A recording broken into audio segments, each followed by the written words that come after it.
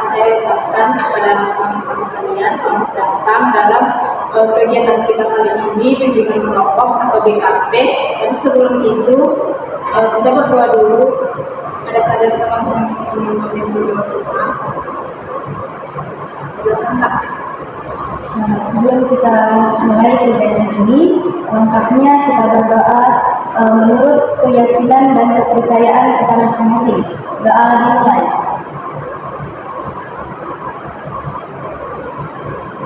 Doa selesai. Terima kasih kepada kakak yang sudah bersedia memimpin doa kita. Sebelumnya teman-teman sudah pernah melakukan BKP? Sudah ya. Kira-kira kalau sudah berarti udah tahu dong pengertian dari BKP. Tapi maaf mungkin agak gagal. Saya mau menunjuk nih karena sudah semua pernah melakukan BKP kan, saya mau menunjuk Kak Husna untuk menjelaskan pengertian dari BKP ini. Jadi BKP ini merupakan satu layanan dalam bimbingan konseling di mana kita membahas satu topik atau masalah yang memang tidak sedang terjadi atau trending itu dalam bimbingan kelompok. Yang katakan Kak Husna benar, tapi di sini saya ingin meluruskan bahwasanya bimbingan kelompok atau BKP ini adalah suatu layanan atau kegiatan yang membahas mengenai suatu topik di mana dilakukan secara berkelompok. Kira-kira ada yang tahu nggak nih atau ada yang ingat setelah melakukan kegiatan BKP itu tujuan dari BKP ini? Saya Kak,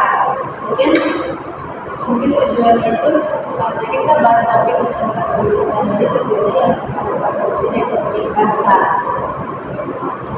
Mungkin tujuannya itu untuk menyelesaikan masalah dan juga terdapat akar dengan sama kelompok itu. Ada yang lain lagi? Benar.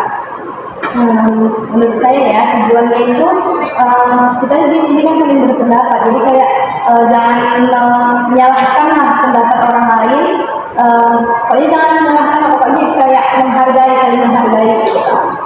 Ada yang lain? Mungkin itu saja ya benar yang dikatakan kakak-kakak ini, bahwasanya kita melakukan kegiatan kelompok ini untuk membahas topik tadi, untuk memperakrab yang lain juga. Kemudian kita melakukan BKP ini di mana setiap anggota itu diminta secara bebas atau secara terbuka untuk mengutarakan pendapat, menghargai satu sama yang lain, dan juga tidak memotong pembicaraan yang lain. Dalam BKP ini ada asas-asas yang akan kita pakai. Asas yang pertama yaitu kerahasiaan, di mana kita di sini melakukan bimbingan ini atau membahas suatu topik ini bersifat rahasia. Jadi apapun yang kakak utarakan atau mungkin dari masalah pribadi atau pengalaman pribadi itu tidak akan terbeber kemana-mana. Nah ini bersifat rahasia dan siapapun yang melanggar itu dia akan dikenakan sanksi. Kemudian ada asas kekinian, di mana kita juga akan membahas topik yang terkini. Kemudian juga teman-teman diminta secara terbuka dan bebas untuk menyatakan pendapat. Kemudian sukarela untuk menyatakan pendapat, ide, saran. Kemudian kita juga melakukan bimbingan kelompok ini sesuai dengan norma-norma yang berlaku dalam negara hukum kita ini. Kita kan sudah saling kenal, tapi untuk lebih memperakrab kita lagi, kita akan melakukan games perakraban, di mana gamesnya begini. Misalnya saya menyebutkan nama saya, kemudian dia membuat gayanya. Lalu gini, ketika misalnya gini nih, perkenalkan nama saya Dinika, saya membuat gaya saya. Kemudian Kak Husna menyebutkan namanya, kemudian membuat gayanya. Kemudian, Kak Husna mengulangi nama saya dan juga gaya saya. Kemudian dilanjut Kak Mariani, diulangi dari saya lagi, begitu seterusnya. Paham ya Kak? Dimulai dari saya. Perkenalkan nama saya Dinika. Jadi ini Trinika gitu terus. Jadi saya Husna, Enggak, duluan dari saya. dia Trinika, saya Husna ya. Perkenalkan nama saya Trinika. Dia Trinika, saya Husna. Dia Trinika. Dia Husna. Saya Mariani. Dia Trika. Dia Husna. Dia Mariani. Saya Rodia. Dia Trika. Dia Husna. Dia Mariani. Dia Rodia. Dan saya Gladys. Dia Trika. Dia Gladys. Dia Husna. Dia Mariani. Dia Rodia. Dia Gladys. Saya Garam. Oke, dia Trika, dia Husna, dia Mariani, dia Isyatur, dia Gladys, dia Tiara, dan saya Nathan.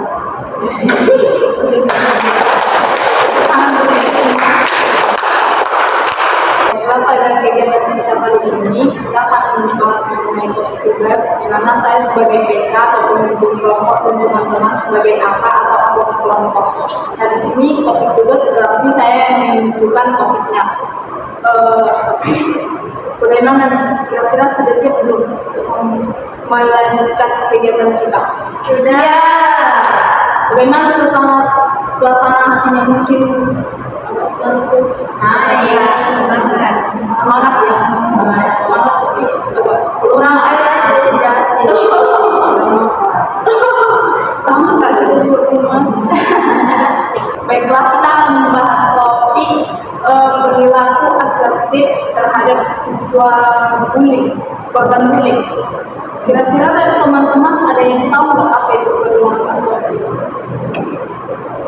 Kalian? Karena sebelumnya saya juga mengikuti KKP dengan topik asertif ini ya Pak. Jadi saya sedikit tahu tentang perilaku asertif ini. Jadi menurut saya itu perilaku asertif itu adalah tindakan yang baik. Pokoknya segala tindakan yang sopan, yang baik, yang bisa mendukung lah, gitu Pak. Betul yang dikatakan Kak Mariani. Tapi saya akan meluruskan di mana perilaku asertif itu cara seseorang mengungkapkan pendapat, perasaan, dan haknya secara tegas dan juga bertanggung jawab. Gitu. Saya akan memberikan sebuah video mengenai bullying. Teman-teman bisa menyimak perilaku asertif apa yang ada dalam video tersebut. Mungkin kita akan memakai handphone salah satu dari teman.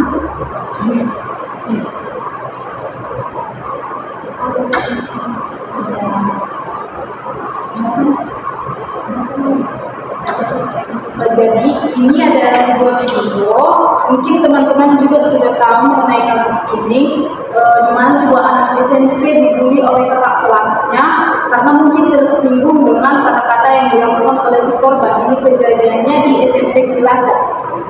Kita akan menonton bersama-sama. Seorang siswa SMP di Kabupaten Cilacap ini teman sekelasnya menjadi sorotan publik belakangan ini. Dalam rekaman video terlihat siswa yang menggunakan bukti tersebut mendekati dia menyerang korban yang merupakan adik kelasnya. Mirisnya, aksi perempuan ini ditonton sejumlah siswa lainnya yang berada di lokasi. Meski korban sudah meminta ampun, namun pelaku terus menendang dan memukul korban hingga terpental dan terjatuh. Aksi perempuan ini terjadi karena salah paham pelaku yang tak terima dengan perkataan korban. Video perempuan ini kemudian beredar luas dan dibuka ke warga warga. Pelaku dapat diamankan polisi dan membawanya ke Polresta Cilacap diperiksa lebih lanjut.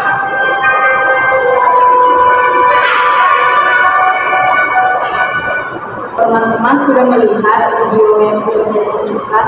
Kira-kira bagaimana nih tanggapan dari teman-teman dari video tersebut? Mungkin kalau untuk tanggapan saya ini videonya sangat milu ya Kak, tempatnya maksudnya sangat tidak amat mencerminkan perilaku seorang siswa yang terdidik, perilaku sesuai dengan yang berlaku. Sangat disayangkan di zaman saat ini masih banyak orang-orang yang melakukan tindakan kekerasan seperti itu sih Kak. Kak Mariani. Tanggapan saya mungkin kan kita lihat tadi apa sih akar masalahnya gitu kan. Akar masalahnya tadi kan karena katanya salah paham, ya kan. Jadi tanggapan saya mungkin ya kita harus bisa menjaga komunikasi dengan baik. Kalau misalnya kita salah paham ya kita tanya dulu, jangan langsung bertindak kasar gitu. Kita tanya dulu sebenarnya apa yang dia bilang, apa alasan dia. Kalau misalnya dia mengatakan sesuatu yang tidak mengenai kelas ini, enggak. Pokoknya kita harus tanya dulu apa alasan dia melakukan hal tersebut gitu. Jadi pokoknya kita harus menjaga komunikasi yang baik ya. Mungkin ada yang lain. Cukup ya. Jadi dari tadi yang sudah dilihat oleh kakak-kakak, ada perasaan ibu, terus kita harus menjaga komunikasi yang baik. Kira-kira perlu asal apa nih kalau misalnya kita sebagai teman dari si korban, apa yang perlu asal apa yang bisa kita tunjukkan kepada si korban ini? Mungkin setelah dipukuli seperti itu oleh kakak, mungkin dia mungkin ada sedikit trauma lah gitu kan. Mungkin dia tidak jadi berani pergi ke sekolah gitu. Dan kita mungkin kalau saya sebagai temannya mungkin bisa mengajak teman-teman yang lain yang datang ke rumahnya, memberikan dukungan gitu, kayak jenguk sekedar tidak usah membahas perundungan sebenarnya. Jadi kita tuh berusaha mengalihkan gimana caranya buat dia ceria lagi gitu, kayak menghibur dia dengan lucu-lucuan yang mungkin selera dia nih gitu kan. Yang lain?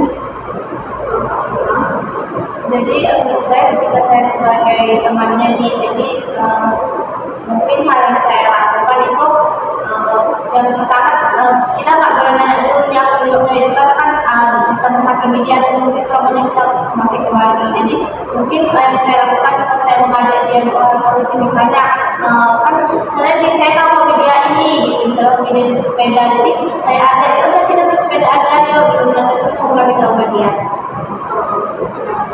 Ini Mungkin beberapa sertif yang bisa saya tunjukkan untuk kalau misalnya teman saya jadi korban bullying itu adalah menyarankan dia untuk mengikuti bimbingan kelompok, karena kan dalam bimbingan kelompok nanti dia bisa kayak secara terbuka menyampaikan bagaimana, atau mungkin konseling lah Kak, dia bisa secara terbuka menyampaikan masalahnya gitu kan.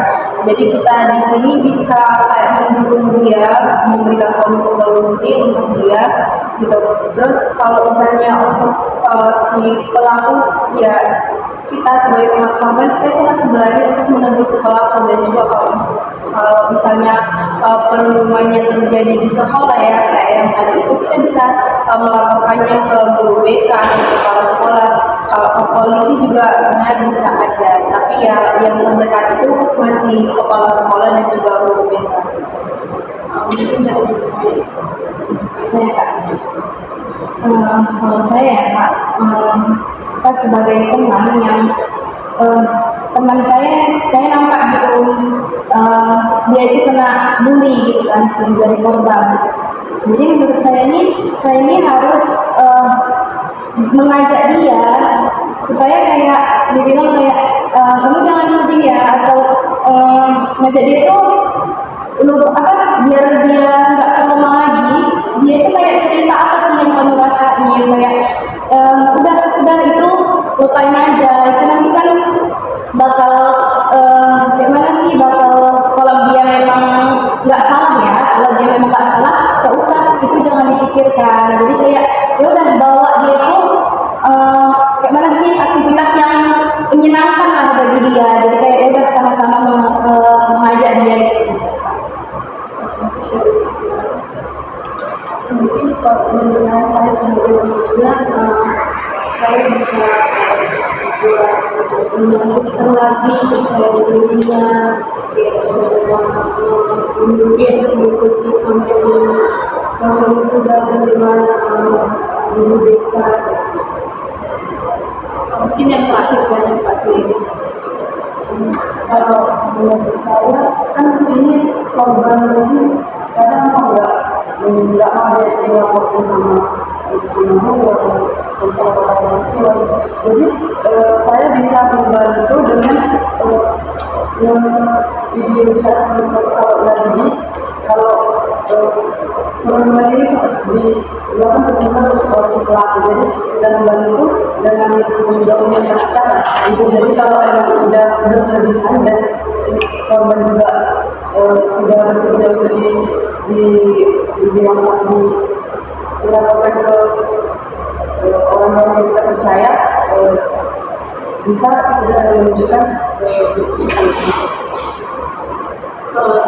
baiklah, terima kasih kepada teman-teman tadi ada perilaku asertif untuk mengajak kegiatan positif yang menyenangkan, membuat dokumentasi sebagai bukti, terus ada juga mengajak konseling, itu semua benar. Nah, untuk menghindari kejadian, mungkin teman-teman nggak mau kan kalau kita itu jadi pelaku bullying. Kira-kira komitmen apa nih yang akan teman-teman lakukan? Tadi kan terjadinya karena salah paham. Nah, mungkin komitmen yang bisa terapkan nih di depan saya adalah lebih menjaga lisan saya sehingga tidak menyinggung teman saya.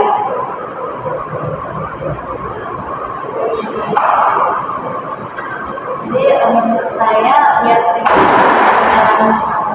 dalam bullying ini atau perlindungan seperti ini tadi, jadi saya lebih menjaga sikap tingkah laku atau bisa sebenarnya antar. Karena apa? Karena kan kita nggak tahu nih, kadang punya kan ada orang lain yang sakit hati gitu.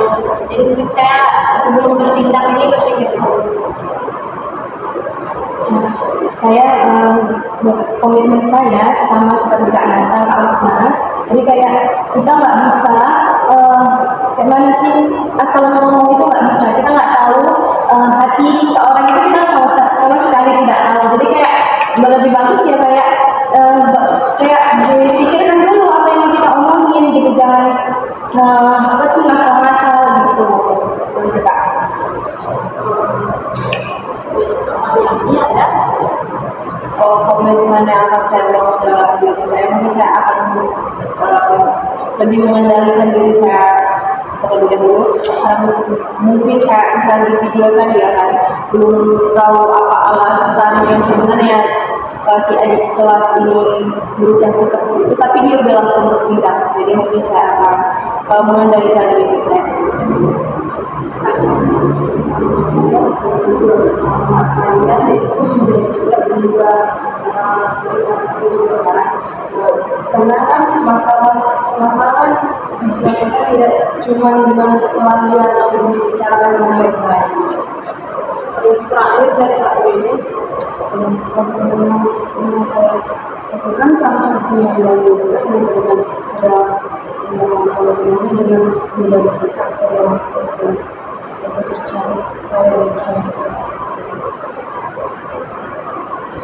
baiklah, kegiatan kita akan berakhir, tapi sebelumnya saya ingin tahu kira-kira kesan apa yang dirasakan teman-teman setelah melakukan BKB mengenai perilaku asertif terhadap korban bullying.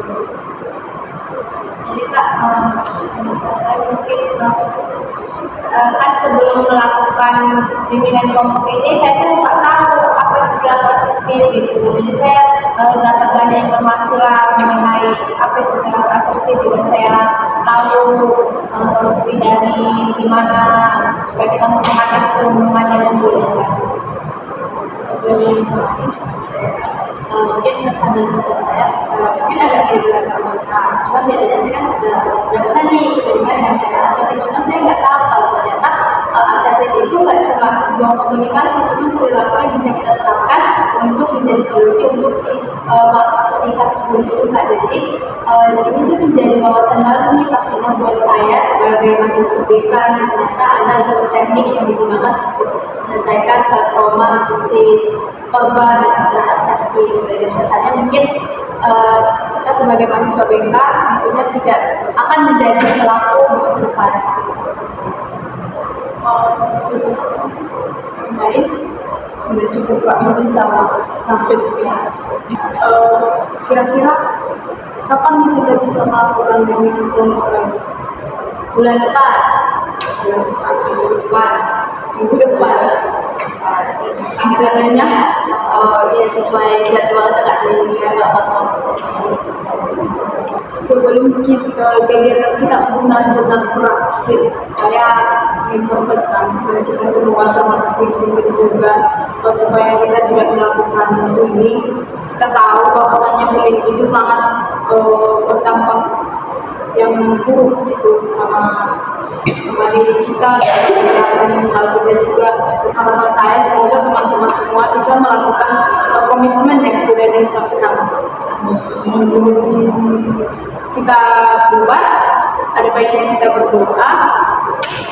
Dari teman-teman yang mau memimpin, Saya akan jadi sebelum kita mengakhiri kegiatan kita pada hari ini, ada baiknya kita berdoa terlebih dahulu, memohon rahmat kepada Tuhan Yang Maha Esa dan kegiatan kita diberkahi dan ilmunya juga bermanfaat. Berdoa dimulai. Berdoa selesai. baiklah, sebelum kita benar-benar berbubar, kita akan bernyanyi lagu